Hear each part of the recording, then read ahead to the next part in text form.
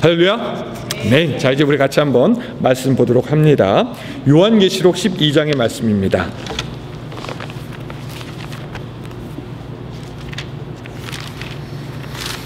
자, 우리 요한계시록 12장의 말씀을 조금 길어요. 길지만 우리가 1절부터 마지막 절까지 같이 한번 읽도록 하겠습니다. 요한계시록 12장 1절부터 마지막 절까지입니다. 제가 먼저 1절 읽도록 하겠습니다. 하늘에 큰 이적이 보이니 해를 옷 입은 한 여자가 있는데 그 발 아래는 달이 있고 그 머리에는 12별의 관을 썼더라.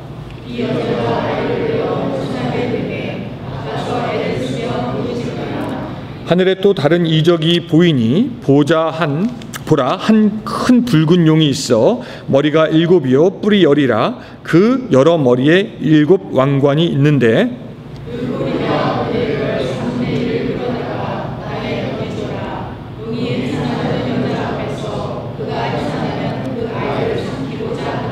여자가 아들을 낳으니 이는 장차 철장으로 만국을 다스릴 남자라. 그 아이를 하나님 앞과 그 보좌 앞으로 올려가더라.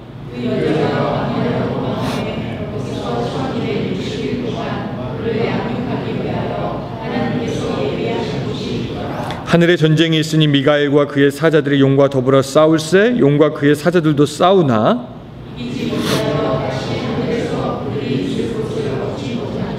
큰 용이 내쫓기니 옛 뱀 곧 마귀라고도 하고 사탄이라고도 하며 온 천하를 꿰는 자라. 그가 땅으로 내쫓기니 그의 사자들도 그와 함께 내쫓기니라.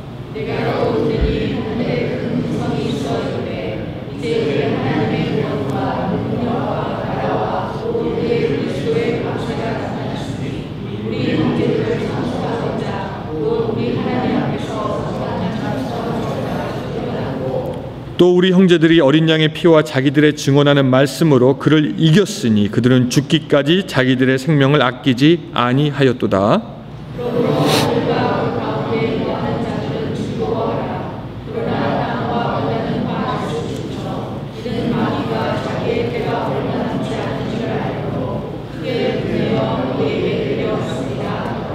용이 자기가 땅으로 내쫓긴 것을 보고 남자를 낳은 여자를 박해하는지라.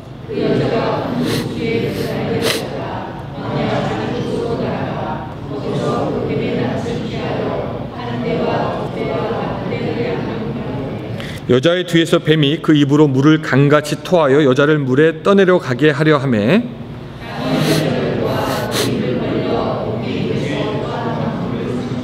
자 17절 같이 읽을까요? 시작.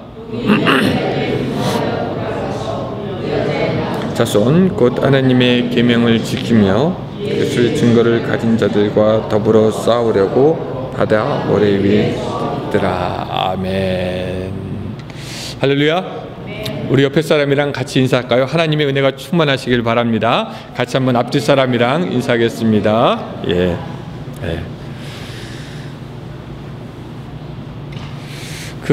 여러분 영화 조스 혹시 기억하십니까? 조스 1975년도에 나온 작품이고 한국에서는 스카라 극장에서 백상어라는 제목으로 상영되었던 그런 작품입니다. 극장 포스터에는 이것이 백상어 아가리다 이런 그 표가 딱 나타나가지고 사람들이 굉장히 흠칫했던 그런 영화 중에 하나죠. 근데 여러분 그 영화를 혹시 보신 분들은 기억해 보시기 바랍니다. 언제 여러분들이 제일 그 영화를 보면서 공포감을 느끼셨어요? 그 영화가 처음부터 끝까지 시작되면서 잘 생각해 보면은 상어가 사람의 발을 물었다거나 아니면은 죽은 시체가 둥둥 떠다니거나 이런 것도 물론 공포감이 있긴 한데 정말 공포감 있는 것은 뭐냐면 해변 저쪽 끝에서 이 상어의 조그만 등 지너리미가 쫙 보이면서 유유히 수영을 하면서 올 때입니다.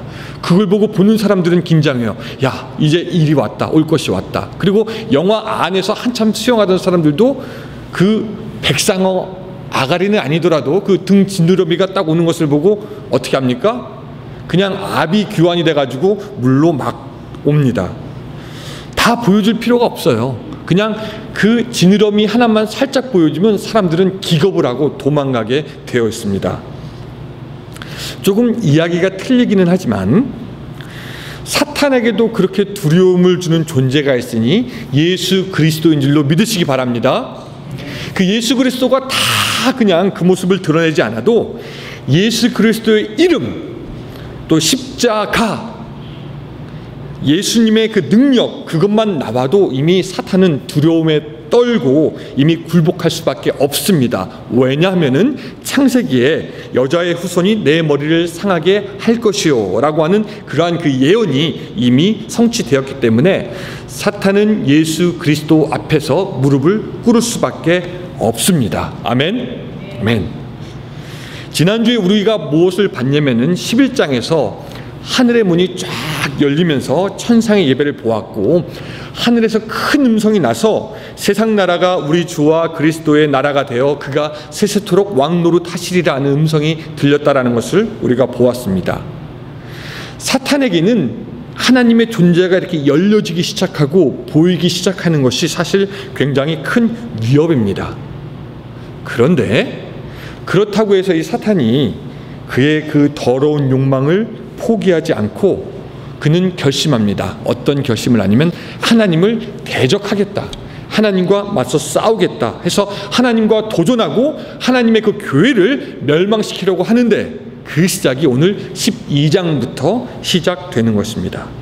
그러니까 사탄의 최후의 발악이 드디어 이제 시작된 것이고, 그 최후의 발악이 시작되기 전에 하나님은 요한에게 교회의 전의 모습과 또한 지금의 모습, 미래의 모습을 간략하게 보여주시는데, 그것이 바로 오늘의 본문이 되겠습니다. 12장 1절에 가면은 요한이 어떤 것을 보냐면은 어떤 여자를 보게 됩니다. 자, 12장 1절 한번 먼저 읽어볼까요? 1절 시작. 하늘에 큰 이적이 보이니 해를 옷 입은 여자가 있고 달이 있고 그 머리에는 12별의 관을. 예, 요한이 어떤 여자를 보게 되는데 그 모습이 아주 심상치가 않습니다. 해를 옷 입었고 밑에는 별이 있고, 머리에는 별이 있고 그 다음에 밑에는 달이 있다라는 것입니다. 근데 더 재밌는 것은 그 여자가 아이를 베어 해산하게 되었고 애를 쓰면서 부르짖고 있다라는 겁니다. 근데 그 여자가 무사히 해산을 할 것처럼 보이지가 않아요. 왜냐하면 그 용이, 하늘에 있는 그 용이 그 여자가 해산하여 아이를 낳으면 그것을 먹으려고, 삼키려고 기다리고 있었기 때문입니다. 그러나 다행히 그 여자가 아이를 낳고 그 아이는 하나님 앞으로 올려가게 됩니다. 자, 그러면은 이제 오늘 본문에서 우리가 제일 처음에 알아야 될 것이 뭐냐면, 그럼 그 여자가 과연 누구냐? 그 여자가 누구냐 하는 것입니다. 사람들은 그 여자가 누군지 굉장히 궁금했습니다. 이 성급한 사람들은 우리 5절로 좀 잠깐 가보면요. 자, 5절 한번 같이 읽어봅시다. 시작. 여자가 아들을 낳으니 이는 장차 철장으로 만국을 다스릴 남자라. 그 아이를 하나님 앞과 그 보좌 앞으로 올려가더라. 예. 아들을 낳았고 그 아들이 철장으로 만국을 다스린다. 이거는 예수 그리스도에 대한 예언이거든요. 그래서 그 여자는 아마도 누구일 것이다? 마리아일 것이다 라고 성급하게 결론을 내리는데, 마리아가 사실은 아닙니다. 그럼 이 여자가 누구냐? 이제부터 조금 지루하지만 잘 들어보시기 바랍니다. 이 구약 성경에서 보면은 해와 달과 별이 같이 나오는 장면들이 몇 군데가 있어요. 근데 그 몇 군데들을 조사하면은 해와 달과 별이 언제 나왔는지 알 수가 있습니다. 첫 번째 해와 달과 별이 같이 나왔던 데가 언제냐면은 요셉 때였어요. 요셉이 꿈을 꿉니다. 어떤 꿈을 꾸죠? 해와 달과 별이 자기들에게 절하는 꿈을 꿔요. 그때 그 해와 달과 별이 뭐였죠? 사실은 이스라엘의 12지파를 말하는 거였습니다. 그렇죠? 뿐만 아니라 그 성경에서는 예루살렘을 얘기할 때 해와 달과 별에 비교해서 이야기를 많이 하고요. 또 우리가 계시록으로 오면서 7별에 대해서 배웠는데 7별은 뭐라고 배웠습니까? 7교회를 상징한다라고 이야기를 했습니다. 그래서 이 해와 달과 별이 나오는 것은 어떤 특정한 한 사람에 대해서 이야기하는 것이 아니라 믿음의 공동체가 나올 때 그렇게 이야기를 한다라는 것이죠. 특별히 그 여자에게는 관이 있는데, 이 관은 뭐냐면은 계시록에서 보니까 참된 믿음으로 타협과 유혹에서 믿음을 지킨 사람들이 받는 상을 말합니다. 그러니까 해와 달과 별, 그 다음에 여자가 썼던 머리의 관, 이 모든 것을 다 통틀어 본다면은 이 여자가 구약에서 믿음의 공동체이고 그 믿음의 DNA를 그대로 받아들인 교회 공동체라고 우리가 이야기할 수 있는 것입니다. 교회를 의인화해서 여자로 지금 계시록에서는 이야기하고 있다라는 것이죠. 근데 그 여자가 오늘 보니까 뭘 하려고 그래요? 아이를 낳으려고 합니다. 아파서 애를 쓰면서 부르짖고 있습니다. 이것은 믿음의 공동체가 예수 그리스도가 오기까지 기다리면서 고난받고 수고하였던 것을 의미합니다. 사탄은 믿음의 공동체 안으로 예수 그리스도가 탄생하는 것을 계속해서 막았습니다. 다윗 때부터 다윗 왕조에 우상 숭배자인 이세벨을 끼워놓고 그 딸로 말미암아 모든 이스라엘의 왕들을 다 죽이려고 해서 한때는 이방인 출신의 여왕이 유다의 그 나라에 있었던 적도 있습니다. 이것이 사탄의 계략이죠. 다윗의 씨를 다 말려버리겠다. 또 헤롯은 어떻습니까? 우리가 알고 있는 대로 예수님이 올 때 예수님이 태어날 것이라고 하는 그 생각되는 모든 지역의 아이들을 다 죽게 합니다. 사탄이 그렇게 뒤에서 조종한 것이죠. 그래서 믿음의 공동체는 예수님이 오시기까지 엄청난 고난과 유혹, 고통을 겪었고요. 이스라엘의 의인들과 선지자들이 순교하였고 하나님을 믿는 사람들이 돌로 맞아서 죽고 톱으로 썰어서 죽게 되는 그런 여러 가지 어려움이 있었습니다. 예수님이 오기 전까지 성도가 받은 그 모든 고난을 오늘 성경에서는 뭐라고 얘기하냐면 여인이 해산하게 되어 아파서 애를 쓰면서 부르짖더라라는 것으로 표현을 한 것이고, 여인이 애를 쓰려고 아이를 낳으려고 애를 쓰는 모습이 메시아의 출생이 임박하였다라는 것으로 우리는 이해할 수가 있습니다.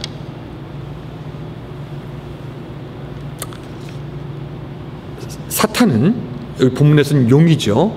그 예수 그리스도가 나오면은 그것을 해하려고 왔지만 하나님의 은혜로서 그 아이는 무사히 출생하게 되었고 다시 하늘로 올라가게 됩니다. 그래서 5절 가보면은요, 다시 한번 같이 한번 읽어봅니다. 다시 한번 시작.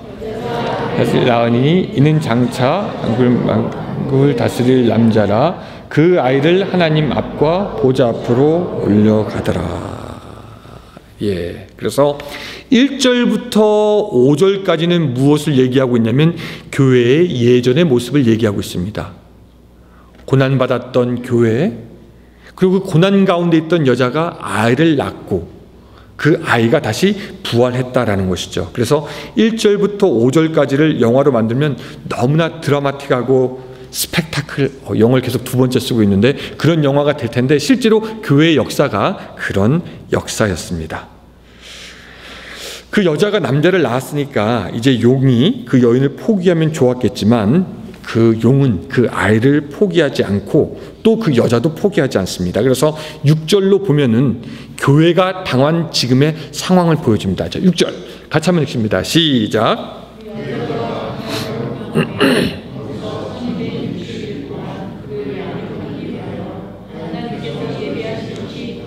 아멘. 여자가 누구다? 교회다. 그럼 그 교회가 지금 어디 있다? 광야에 있다. 지금이 이때가 바로 광야의 시대가 되는 것입니다.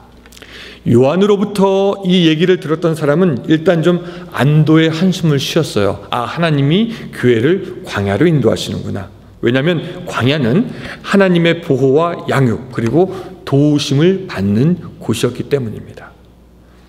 알다시피 모세가 자기의 성질을 이기지 못해가지고 애굽의 관리를 죽이고 그것이 들통나니까 어디로 도망갑니까? 광야로 도망갑니다. 그렇죠? 또 이스라엘 백성이 애굽을 탈출해가지고 40년 동안 어디에 머무르게 됩니까? 광야. 이사야와 다른 예언자들, 구약에 충성된 사람들이 박해가 있을 때 그 박해를 피해서 하나님의 보호하심 아래서 광야에 머물렀던 일들이 있습니다. 그래서 광야는 어떤 곳이냐면 하나님의 보호 아래에 있는 장소고, 오늘 지금의 시대의 교회도 광야 시대를 지나고 있다라고 우리가 이해를 할 수가 있습니다. 광야에 가서 하나님의 보호를 받고 있긴 하지만 광야 자체가 사실은 편한 곳은 아니지요. 지금의 교회들도 어쩌면 꽃길을 걷고 있는 교회 별로 없을 겁니다. 그냥 평안하게 잘 성장하고 있는 교회 여러분 보셨습니까? 별로 없습니다. 특별히 외국에 있는 그런 교회들은 박해 때문에 계속해서 힘든 여정을 지나고 있기는 합니다. 하나님의 보호가 있지만 그 광야에 있는 교회는 여전히 어렵습니다. 그러나 그럼에도 불구하고 우리는 믿음이 있는데 어떤 믿음이냐면 우리 교회가 믿음을 가지고 광야 생활을 지날 때 하나님께서 그 교회를 언젠가는 약속의 땅으로 인도하실 것이라는 믿음이 우리에겐 있습니다. 믿으십니까? 아멘. 그래서 지금의 교회는 광야의 생활을 하고 있다라고 얘기할 수가 있고요. 또 우리가 여기서 한 가지 더 알고 지나가야 되는 것은 뭐냐면은 하나님은 우리 개개인을 다루실 때도 광야로 보내신다라는 것입니다. 어디로 보낸다? 광야로 보낸다. 미국의 구약학자 그 브루그만이라는 사람은 광야에 대해서 뭐라고 얘기했냐면 아무것도 없는 것이 광야다라고 이야기를 했습니다. 그렇죠. 낮에는 뙤약볕, 밤에는 추위, 먹을 것도 없고 물도 없습니다. 바위 밑에 전갈이 있고요. 모래밭에는 불뱀들이 돌아다닙니다. 지금도 광야는 어떻습니까? 와이파이나 4G LTE 그런 거는커녕 2G도 이게 터지지 않는 인간 세상과는 완전히 커뮤니케이션이 단절된 곳이 바로 광야인데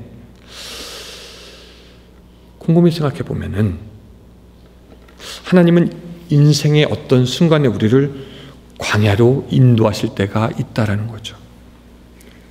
우리가 가진 소유가 없어지게 되거나 우리 주위에 있던 사람이 나를 떠나게 되거나 병약함을 안게 되거나 즐기는 것이 사라지거나 그저 밤낮이 바뀌는 중에 나만 있는 것 같은 고독함 속에 하나님은 그렇게 우리를 광야로 인도하실 때가 있습니다. 근데 여러분 우리가 기억해야 될 것이 뭐냐면 하나님의 사람은 광야에서부터 본격적으로 빚어지기 시작합니다.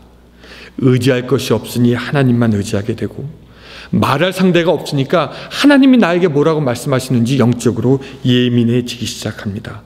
광야에서 육은 쇠잔에 가지만 영이 맑아지는 것을 느끼고 주위에 아무것도 없으니까 자연스럽게 죄와 탐욕이 사라지는 것을 느끼고 그저 살아가는 한순간 한순간이 하나님의 힘으로밖에 살아갈 수 없구나라는 것을 느끼는 것이 광야고 하나님의 함께하심을 체험하는 것이 바로 광야가 되는 줄로 믿습니다. 그래서 주위에서 곰곰이 살펴보면은 이 광야에서 하나님을 만난 사람들이 훨씬 많아요. 어떤 사람은 파산이라는 광야에서 하나님을 만나고 어떤 사람은 병상이라는 광야에서 하나님을 만나고 어떤 사람은 실패라는 광야에서 하나님을 만나고 어떤 사람은 인생의 막다른 골목이라는 광야에서 하나님을 만나기도 합니다. 인생에서 광야에서 하나님을 만나는 역설적인 신앙의 모습을 보게 되는 것입니다. 그 광야 같은 인생이 바로 하나님을 만나기에 가장 좋은 곳이라는 것을 알기 때문에 오늘 우리의 믿음의 선조들은 일부러 광야로 찾아 들어가기도 했습니다. 나의 것을 내려놓습니다. 나의 것을 포기합니다. 그냥 철저히 외로워집니다. 철저히 무능력해지고 약해집니다. 일부러 그런 삶을 통해서 광야로 내려가고 그 광야에서 만나는 그 하나님, 그리고 시간이 지나면 하나님을 닮아 있는 자기의 모습을 발견하게 되는 것이죠. 그래서 생각해 보면 광야에서 모세와 다윗이 빚어졌고요. 엘리야가 하나님의 세미한 음성을 들었고 세례 요한이 광야에서 준비되었던 것입니다. 그렇다면 사랑하는 여러분, 오늘 여러분들 가운데 난 지금 광야의 길을 걷고 있습니다 라고 하고 생각하는 분들이 있으십니까? 그 광야의 길이 괴로운 길이고 고통의 길이라는 것을 우리가 알지만 사실 따지고 보면은 광야처럼 안전한 길이 없습니다. 거기서 물론 믿음이 없는 사람들은 멸망당하고 또 믿음이 없는 사람들은 실패하지만 거기에는 구름기둥, 불기둥이 있기 때문에 어려운 길이지만 사실은 우리에게 가장 안전한 길이고 고통의 길이지만 우리가 가장 하나님을 닮아갈 수 있는 길이 바로 광야의 길이 되는 것을 믿으시기 바랍니다. 여러분 성경에 보면은요, 하나님의 사람들이 광야의 길을 걷다가 죽은 적은 없어요. 도시의 죄악의 길을 걷다가 죽은 적도 있고 하나님을 돌아서서 걷다가 죽은 적도 있고 하지만 광야의 길에서 죽은 적은 없다라는 것이죠. 그러니까 사랑하는 여러분, 오늘 우리가 광야의 길을 걷게 되더라도 거기에는 또한 하나님의 은혜가 있기 때문에 이 길을 걷게 되고 이 길 끝에서 주님을 더욱 닮은 믿음의 성장을 한 우리를, 여러분들을 보게 되는 것을 믿으시기 바랍니다. 같이 한번 따라해 볼까요? 그래서 광야도 감사합니다.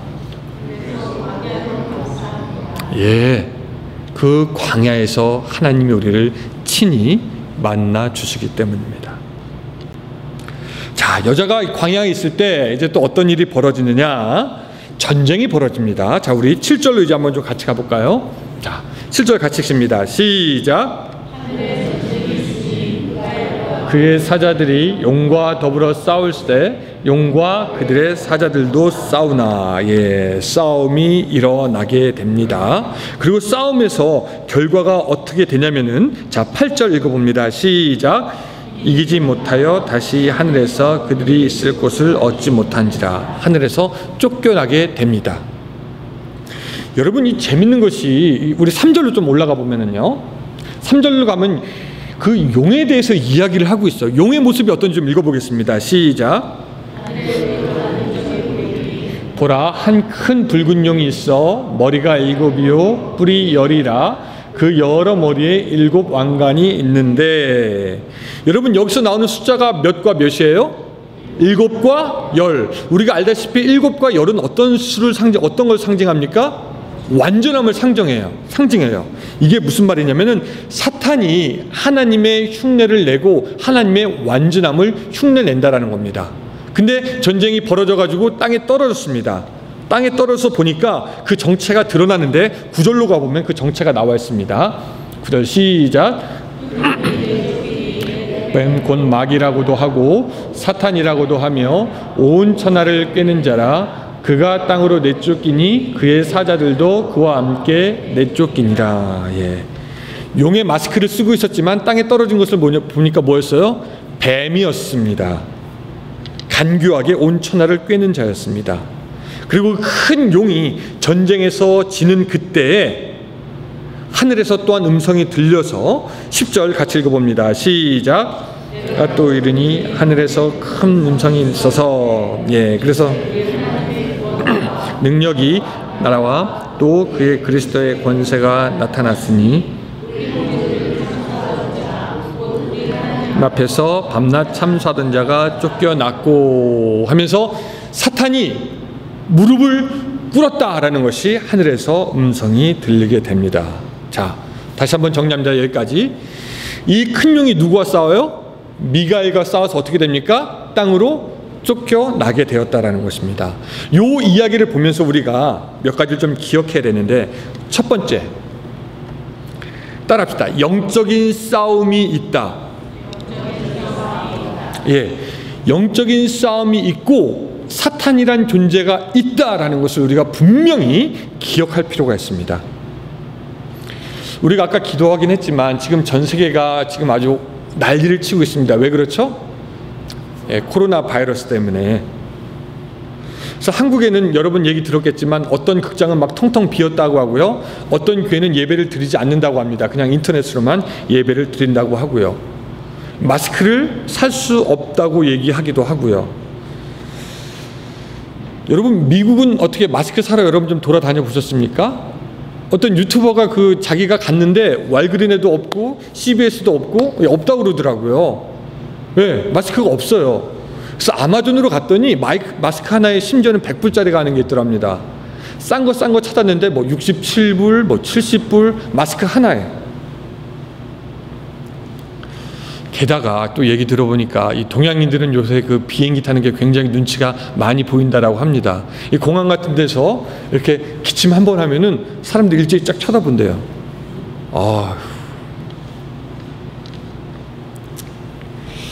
질병 자체도 무섭긴 하긴 한데 그것 때문에 파생되어지는 어떤 인종차별과 혐오는 더 무섭고 사람의 마음은 더 팍팍하게 변해가는 것 같습니다. 그래서 전문가들이 그래서 얘기하는 게 뭐냐면은 그 코로나 바이러스가 있긴 하지만 그거를 우리가 과소평가해도 안 된다라고 합니다. 물론 충분히 방역해야 되고 손 잘 씻어야 되고 충분히 준비해야 되지만 또한 그것을 과대평가하는 것도 굉장히 위험하다라고 합니다. 왜? 과대평가하면서 그것이 혐오와 차별로 이어질 수 있는 그런 시간들이 되기 때문입니다. 그래서 중국에 다녀왔다라고 할 것 같으면 사람들이 같이 다니려고 하지도 않는다라고 합니다. 왜 이 얘기를 하느냐? 사탄에 대해서 얘기하려고 그렇습니다. 사탄도 우리가 과소평가를 하면 안 되지만 과대평가를 해서도 안 되는 존재인데요. 사탄에 대해서 잠깐 얘기하면은 구약에는 루시퍼라고 나와 있습니다. 이 루시퍼가 하나님이 사실 창조한 창조물이고 천사인데 그 천사가 교만하여서 내가 하나님과 같이 되겠다라고 해서 하나님을 반역하고 그 천사가 떠나가면서 그를 따르는 천사들도 같이 떠나는데 그것이 악귀이고 귀신입니다. 제일 머리에 사탄이 있고 귀신들이 있는 거죠. 근데 이제 어떤 사람들은 그 사탄의 존재에 대해서 이 큰 붉은 용의 존재에 대해서 극단적으로 과소평가하거나 아니면 사탄이 없다라고 생각하는 사람도 있습니다. 그래서 문제가 생겼을 때 그 문제의 그 근원이 분명히 영적인 싸움이 있는데 그런 것이 없다라고 생각하는 사람들도 있고 잘 눈치채지 못하는 사람들도 있다라는 것이죠. 반면에 어떤 사람들은 감기만 걸려도 그 귀신 때문에 그렇게 되는 일이 있는 줄로 믿는 사람들도 있습니다. 그 C.S. 루이스라는 굉장히 유명한 그 기독교계 그 저자가 이런 얘기를 했습니다. 세상에는 두 가지의 상반된 오류가 존재하는데 그것은 사탄에 대한 것이다. 첫 번째, 어떤 사람은 사탄의 존재를 믿지 않고 어떤 사람은 너무나 과하게 믿는 것이 문제다. 이것에 대해서 어떤 목사님이 설명하는 걸 들은 적이 있어요. 그러니까 세상의 사람들은 사탄의 존재에 대해서 믿지 않거나 또한 믿는 사람들도 사탄의 존재에 대해서 믿지 않고 굉장히 경히 여기는 사람들이 있는데 이런 사람들에 대해서 사탄은 아주 좋아한다라는 겁니다. 왜냐하면 자기의 존재가 있다는 것을 믿지 않기 때문에 자기가 무엇을 하든지 사람들은 신경 쓰지 않고 인정하지 않는다라는 것이죠. 근데 이게 교회에서도 사실 그래요. 사람들이 하나님에 대해서는 믿고 예수님에 대해서 믿지만 사탄이 직접 오늘 나에게 영향을 미칠 수 있다라는 것에 대해서 인정하지 않는 사람들도 있다라는 것입니다. 반면에 그 사탄에 대해서 너무 믿는 사람들이 있는데 아까 말했지만 이 사람들은 어떠한 일이 있든지 뒤에는 사탄이 있다라고 생각하면서 심지어 하나님보다 사탄을 더 두려워하는 존재들도 있다라는 것입니다. 성경은 모든 문제가 사탄으로부터 시작되었다라고 가르치지는 않습니다. 여러분, 병의 문제도 그렇지 않습니까? 모든 병이 마귀에서 나오느냐? 아니에요. 손 안 씻으면, 예방주사 안 맞으면, 제때 약 안 먹으면, 무리하면 몸은 병이 나게 되어 있습니다. 그러면은 병이 귀신과는 전혀 관련이 없냐? 그렇게 섣불리 말하는 것도 어리석어요. 예수님은 한 여인을 치유해 주시면서 이렇게 얘기했습니다. 그러면 18해 동안에 사탄에게 매임받은 아브라함의 딸을 안식일에 이 매임에서 푸는 것이 합당하지 아니하냐라고 말씀하시면서 그 질병의 원인이 또한 사탄에 있다는 것을 분명히 지적하셨습니다. 그래서 우리는 사탄의 존재를 무시하지도 말고 과대평가하지도 말고 성경이 알려주는 만큼 알고 믿어야 되는 줄로 압니다. 성경이 말씀하신 대로 이해하면은 사탄은 여인의 후손 예수에 의해서 머리를 상하게 되었고 그 능력 앞에서 굴복하게 되었습니다. 그러나 그럼에도 불구하고 사탄은 완전히 사라진 것은 아니고, 에베소서 2장 2절에 보니까 너희는 그 가운데서 행하여 이 세상 풍조를 따르고 공중의 권세 잡은 자를 따랐으니 곧 지금 불순종의 아들들 가운데서 역사하는 영이라 라고 하면서 공중의 권세 잡은 그 세력이 있다라고 우리에게 말씀을 하고 있습니다. 또 베드로서에서는 뭐라고 합니까? 사탄이 우는 사자처럼 돌아다니며 삼킬 자를 찾는다라고 이야기하고 있어요. 로마서에 뭐라고 말씀하고 있냐면은 죄가 더한 곳에 은혜가 넘친다라고 얘기했습니다. 그럼 은혜가 넘친 곳에 뭐가 있었다는 얘기예요? 죄가 있었다는 얘기죠. 하나님의 능력이 있는 곳에 사탄도 같이 있다라는 것입니다. 그러므로 오늘 저는 여러분들이 분별력이 있었으면 좋겠어요. 이것은 사탄의 짓이다. 이것은 하나님의 역사다. 이것은 나의 허물이고 나의 실수이다. 이것은 사탄이 하는 짓이다. 이 분별력이 있어서 내가 잘못한 것에 대해서는 내가 고치고 사탄의 짓에 대해서는 대적하며 하나님이 한 일에 대해서는 순종할 수 있는 그런 여러분들이 되시기를 주님의 이름으로 축원합니다. 우리 옆에 사람이랑 같이 고백합시다. 분별력을 가집시다. 예, 분별력이 있어야 돼요. 우리는 알아야 됩니다. 두 번째, 이 사탄은요, 오늘 본문에서는 두 가지의 특징을 우리에게 보여주고 있는데, 그것은 뭐냐면 9절에서 보면은 뭐라고 되어 있냐면은요, 온 천하를 꿰는 자, 속이는 자라고 나와 있고요, 10절에서는 뭐라고 나와 있냐면 밤낮 형제들을 참소하는 자라고 나와 있습니다. 첫 번째 꿰는 자, 두 번째 참소하는 자. 자, 첫 번째 뭐라고요? 꿰는 자, 두 번째 참소하는 자. 예, 사탄의 존재가 그렇습니다. 사탄은 꿰는 자입니다. 우리를 속이는 자입니다. 거짓말을 하는 존재입니다. 하나님께서는 선악과를 먹지 말라고 그렇게 얘기했습니다. 근데 사탄이 뱀물의 모습으로 나타나가지고 뭐라고 얘기하냐면, 야, 하나님이 이 모든 열매를 진짜 먹지 말라고 했느냐? 너희가 그것을 먹어도 결코 죽지 않고 먹으면 뭐처럼 될 것이다? 하나님처럼 될 것이다 라고 거짓말을 합니다. 아담과 하와를 속여서 죄를 짓게 만듭니다. 그 하나님의 말씀을 속여서 이야기한 그 사탄은 오늘 우리도 속입니다. 그리고 우리가 믿고 있던 모든 것을 불안한 마음으로 바꿉니다. 하나님이 널 정말 사랑하시냐? 그럼 너가 이렇게 될 수가 없잖아. 하나님이 정말 너와 함께 하시냐? 그럼 너의 삶이 이렇게 망가질 수 없잖아. 하나님이 너 사랑하지 않는 거 아니냐? 그러니까 지금 이렇게 되는 거잖아. 사탄은 우리를 속이고 결론에 이르게 하는데 결국 나는 아무것도 할 수 없다라는 결론에 이르게 합니다. 한번 물어볼까요, 여러분? 가끔 세상은 이런 소리를 합니다. 내면의 소리에 귀를 기울여라. 이게 맞는 말입니까? 틀린 말입니까? 전향반이 저렇게 물어볼 땐 분명히 틀린 말인데 라고 생각하는 분들도 있겠죠. 되게 멋있어요. 내면의 소리를 들으십시오. 좋은 말 같은데 함정이 있어요. 그 우리 교인들 보면 이제 그 장로교인 출신들이 많은데, 여러분 장로교인들은 아마 장로교에 다니시면 여러분들 기억하셨어야 돼요. 예, 장로교인들 누군지 아는데 5가지의 중요 교리가 있습니다. 그렇죠? 예? 장로교에서 배우는 거 5가지 중요 교리. 그 중에 첫 번째가 뭐죠? 예, 전적 타락이라는 교리예요. 뭐냐면은 사람은 완전히 다 타락했다. 처음부터 끝까지 다 타락했다. 이것이 장로교에서 가르치는 교리인데 저는 그게 너무너무 맞는 말이라고 생각합니다. 성결교회 목사님에도 불구하고 사람은 타락했어요. 전적으로 타락해서 인간에게는 선한 것이 하나도 없습니다. 여러분, 그 선한 것이 하나도 없는 그 인간이 자기 내면의 소리를 들으면 어떤 소리를 들을까요? 설거지 한 물, 여러분 가만히 놔두면 좀 맑아지는 것 같지만 그게 맑은 겁니까?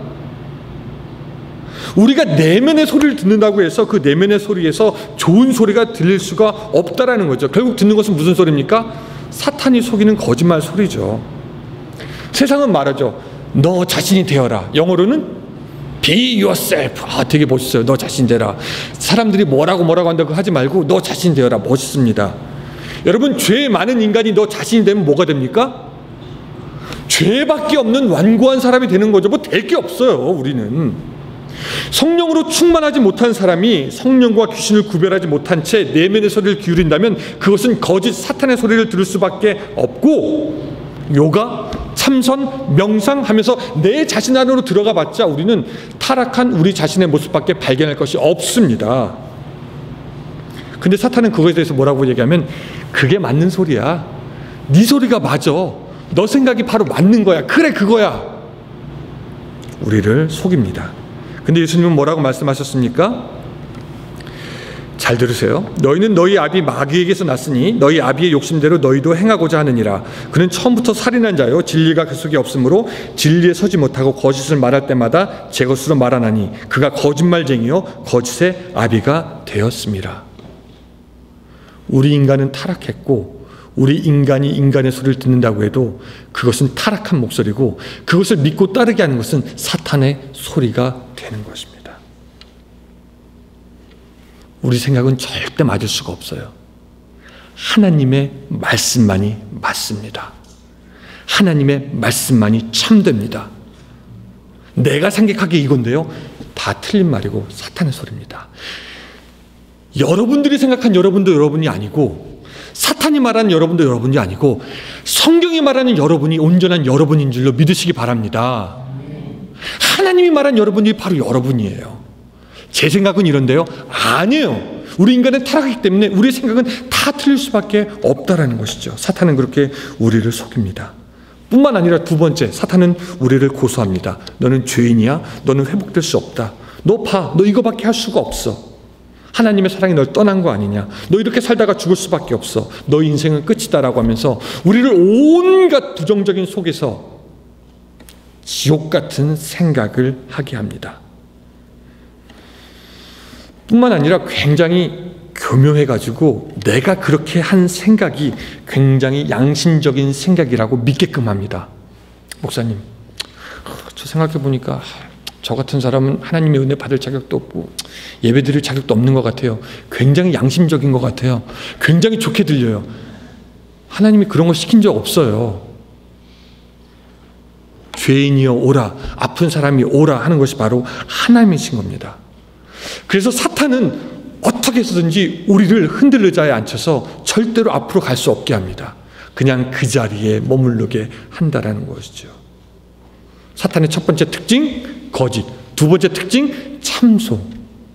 오늘 이 사탄의 덫에 우리가 걸려있지 않은가 한번 생각해 보아야 합니다. 그래서 여러분, 우리가 사실 굉장히 정확하게 알아야 돼요. 사탄은 지금도 우리를 공격하고 우리로 하여금 하나님의 사랑에서 멀리 떨어지게 하고 있다는 겁니다. 그런데 그럼에도 불구하고 오늘 우리에게는 사탄과 싸울 수 이길 수 있는 두 가지의 것을 주님께서 주셨는데, 그것이 오늘 11절의 말씀이 되겠습니다. 11절 한번 같이 읽어보겠습니다. 시작. 어린 양의 피와 자기들이 증언하는 말씀으로 그를 이겼으니 그들은 죽기까지 자기들의 생명을 아끼지 아니하였다. 예, 이겼어요. 뭘로 이겼죠? 어린 양의 피와 증언하는 말씀. 따라합시다. 피와 말씀이 능력입니다. 예, 어린 양의 피와 말씀으로 이길 수 있답니다. 그 조선시대 때에는 지방 관리들이 비리를 저지르거나 할 때 그것을 잡아내기 위해서 암행어사라는 제도를 두었습니다. 암행어사가 몰래 다니다가 어떤 지방 관리들이 부정이나 부패를 한 것을 발견하면 어떻게 하죠? 나 암행어사다 하지 않고 그냥 이것만 보여줍니다. 뭐죠? 마패. 예, 마패. 그러면서 뭐라고 합니까? 암행어사 출두야. 그러면 이제 그 지방의 탐관 노래들이 바들바들 떨면서 아이고 하면서 뭐 다 엎드려지는 그런 거 여러분 우리가 잘 알죠. 악행을 저지른 관리들에게는 마패가 너무 두렵습니다. 왜냐하면 그것이 임금이 인정한 권력이고 자기의 비리를 캐낼 수 있는 권력이고 더 나아가서 자기를 처벌할 수 있는 그 권력의 상징이 마패이기 때문입니다. 근데 저는 여기 어떤 면에서 보면은 이 예수 그리스도의 피가 마패 같아요. 예수 그리스도의 피는 무엇입니까? 그 어린 양의 피, 십자가에 달려 죽으실 때 흘리신 피고, 우리의 죄 사함을 위해서 예수님께서 죽으신 피고, 우리들의 죄와 허물을 다 깨끗게 하시는 그 피고, 하나님이 우리를 사랑하여서 아들을 보내시고 그 아들이 흘리신 피가 예수 그리스도의 피고, 그 피가 있는 곳에 하나님의 영광이 있기 때문에 그 예수 그리스도의 피가 있는 곳에 사탄이 있을 수가 없습니다. 그런데 우리가 사탄과 싸워서 이길 수 있는 방법은 다른 것이 아니라 그 피를 의지해서 죄와 싸우고 그 피로 사탄을 공격할 수 있다라는 것입니다. 악인이 있을 때 마패를 보여주는 것처럼 오늘 사탄이 우리를 공격하는 것을 느낄 때 예수 그리스도의 피의 능력을 마음으로 믿고 입으로 고백하면서 사탄을 대적할 수 있는 것이 바로 우리의 성도들이 가질 수 있는 능력이 되는 것을 믿으시기 바랍니다. 품 안에 있는 마패는 쇠조각이지만 그것을 내보일 때 임금의 권력이 시작됩니다. 마찬가지로 우리가 머릿속으로만 알고 있는 예수 그리스도의 피는 아무런 능력이 없어 보이지만 그것을 우리가 믿음으로 믿고 받아들이고 입으로 고백하며 선포할 때 우리를 공격하려던 모든 사탄의 그 능력과 권세가 그 앞에서 굴복되는 줄로 믿으시기 바랍니다. 오늘 여러분들 마음이 낙담될 때, 오늘 여러분들의 마음이 슬플 때, 여러분들의 마음이 안정되지 못하고 길을 알지 못할 때 예수의 피로 명하노니 사탄아 물러가라, 그렇게 선포할 수만 있다면은 그 하나님의 능력이 거기서부터 시작될 줄로 믿습니다. 문제는 그리스도인들이 자기가 예수 그리스도의 피를 가졌는지도 알지 못하고 그것을 프랙티스한다고 하죠. 그것을 실천하지도 않으니까 우리는 사탄의 공격에 당하는 것이고, 더 불행한 것은 공격에 당하면서도 당하는 것을 알지 못하는 것이 더 불행한 것입니다. 또 두 번째, 우리가 사탄의 공격을 이길 수 있는 것은 하나님의 말씀으로 이길 수 있습니다. 우리는 보통 이렇게 얘기해요. 하나님의 말씀을 지킵니다 라고 그렇게 얘기하지만 자세히 살펴보면 사실 하나님의 말씀이 우리를 지키는 것입니다. 주의 말씀은 내 발에 내 길에, 다 처음 듣는 구절이세요? 다시 한번.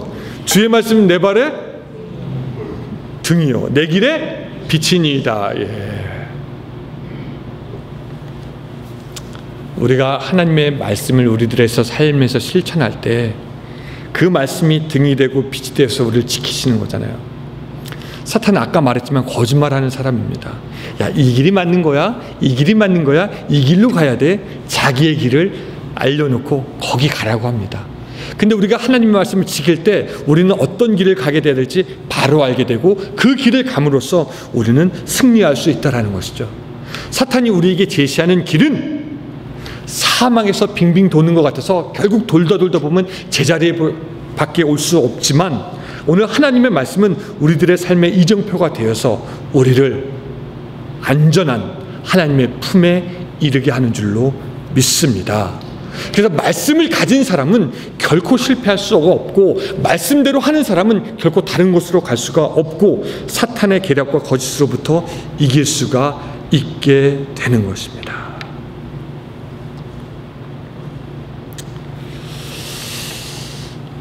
예수님이 이겼고, 하늘에서 미가엘이 이겼고, 땅의 성도들이 이겼는데도 그럼에도 불구하고 사탄은 계속해서 마지막 일전을 벌이려고 합니다. 우리 17절로 한번 가볼까요? 자, 같이 한번 읽습니다. 시작. 그 여자의 남은 자손 곧 하나님의 계명을 지키며 예수의 증거를 가진 자와 더불어 싸우려고 바다 모래 위에 서 있더라. 여러분, 바다 모래 위에 서 있더라 하고인데, 여러분 바다 모래를 딱 들으니까 뭐가 생각납니까? 아니, 모래성 말고요. 또 이스라엘 백성이 언제 바다 모래 위에 한번 쫙 서 있지 않았었나요? 홍해. 오늘 우리와 교회가 바로 이런 겁니다. 뒤에서 사단이 쫓아오기 시작했습니다. 앞은 홍해처럼 딱 막혀 있습니다. 우리 지금 바다에 서 있습니다. 여러분, 우리 지금 그래서 더 정신 차려야 됩니다. 더욱더 깨어 있어야 할 줄로 믿으시기 바랍니다. 자, 시대를 초월해서 지키시는 그 하나님의 보호가 있지만, 또한 시시때때로 우리를 괴롭히고 우리를 낙심하고 우리를 죽이려는 사탄의 공격도 있습니다. 그래서 베드로 사도는 이렇게 얘기했어요. 사랑하는 자들아, 너희를 연단하려고 오는 불시험을 이상한 일 당하는 것 같이 이상히 여기지 말고 오히려 너희가 그리스도의 고난에 참여하는 것으로 즐거워하라. 이는 그의 영광을 나타내실 때 너희로 즐거워하고 기뻐하게 하려 함이라. 따라합시다. 불시험을 이상히 여기지 말라. 예, 사탄은 우리 공격하고 시험하는데, 왜 나만 그래요? 왜 나만 그래요? 정말 힘들어요. 이상하게 여길 것이 아니라 오히려 그것을 통해 예수 그리스도의 고난에 참여하고 예수의 피의 능력을 입어서 승리할 수 있는 여러분들이 되었으면 좋겠습니다. 2020년도 두 가지, 예수 그리스도의 보혈과 말씀으로 승리하는 여러분들의 삶이 되시기를 주님의 이름으로 축원합니다. 아멘. 우리 시간에 같이 한번 기도합시다. 하나님, 오늘 나에게 있는 시험들, 유혹들, 사탄의 공격들 예수 그리스도의 피와 말씀으로 이길 수 있도록 주여 도와주시옵소서. 강건케 하시고 지혜롭게 하여 주시옵소서. 승리하게 하여 주시옵소서. 같이 한번 우리 주여 부르시고 기도합시다. 주여, 사랑의 하나님 아버지, 오늘 우리가 이길 수 있도록 주여 도와주시옵소서. 하나님, 우리가 이기게 도와주시옵소서. 사탄의 공격에서, 사탄의 시험에서 이기는 자가 될 수 있도록 주여 도와주시옵소서. 언제까지 지는 자, 실패하는 자, 낙심하는 자, 원망하는 자, 불평하는 자가 되지 않고 사탄의 공격을 믿음으로 이길 수 있도록 주여 도와주시옵소서. 오늘도 사탄은 바다의 모래 위에 서서 믿는 자들을 삼키려고 합니다. 오늘도 사탄은 우리를 공격합니다. 사탄은 우리를 하나님 아버지 시험에 들게 합니다. 하오나 믿음으로 이기게 하여 주시옵소서. 승리케 하여 주시옵소서. 하나님의 도우시는 힘으로 우리가 하나님 아버지 날마다 승리하며 사탄과의 전쟁에서 승리하는 우리들의 심령이 될 수 있도록 주여 도와주시옵소서. 하나님, 우리에게 은혜를 베풀어 주시고 인도하여 주셔서 우리가 이기고 또 이길 수 있도록 주여 도와주시고 예수 그리스도의 승리가 우리의 승리가 될 수 있도록 주여 도와주시기를 간절히 바라고 원함을 드리옵나이다. 하나님이여, 함께하여 주시고 인도하여 주시옵소서. 주님 도와주시옵소서. 주님, 우리는 어쩌면 지금까지 사탄의 공격에 대해서 너무 무심하였는지도 모르고, 또 그래서 사탄의 유혹과 거짓과 참소에 매일 넘어갔는지도 모릅니다. 하오나 하나님, 이제부터는 지혜를 주셔서 우리가 사탄의 짓인지 우리의 허물인지 하나님의 뜻인지 예민하게 분별할 수 있도록 주여 도와주시고, 사탄에 대해서는 대적할 수 있도록 도와주시며 우리의 허물은 바꿀 수 있도록 도와주시고 하나님의 뜻은 믿음으로 받아들이는 성숙한 그리스도인이 될 수 있도록 주여 도와주시옵소서. 예수의 이름으로 병이 쫓기는 역사가 있게 하시고, 예수의 이름으로 부정적인 생각이 나가는 역사가 있게 하시고, 예수의 이름으로 모든 우리의 식구들이 하나님께 돌아오는 놀라운 역사가 2020년도에 계속해서 일어날 수 있도록 도와주시옵소서.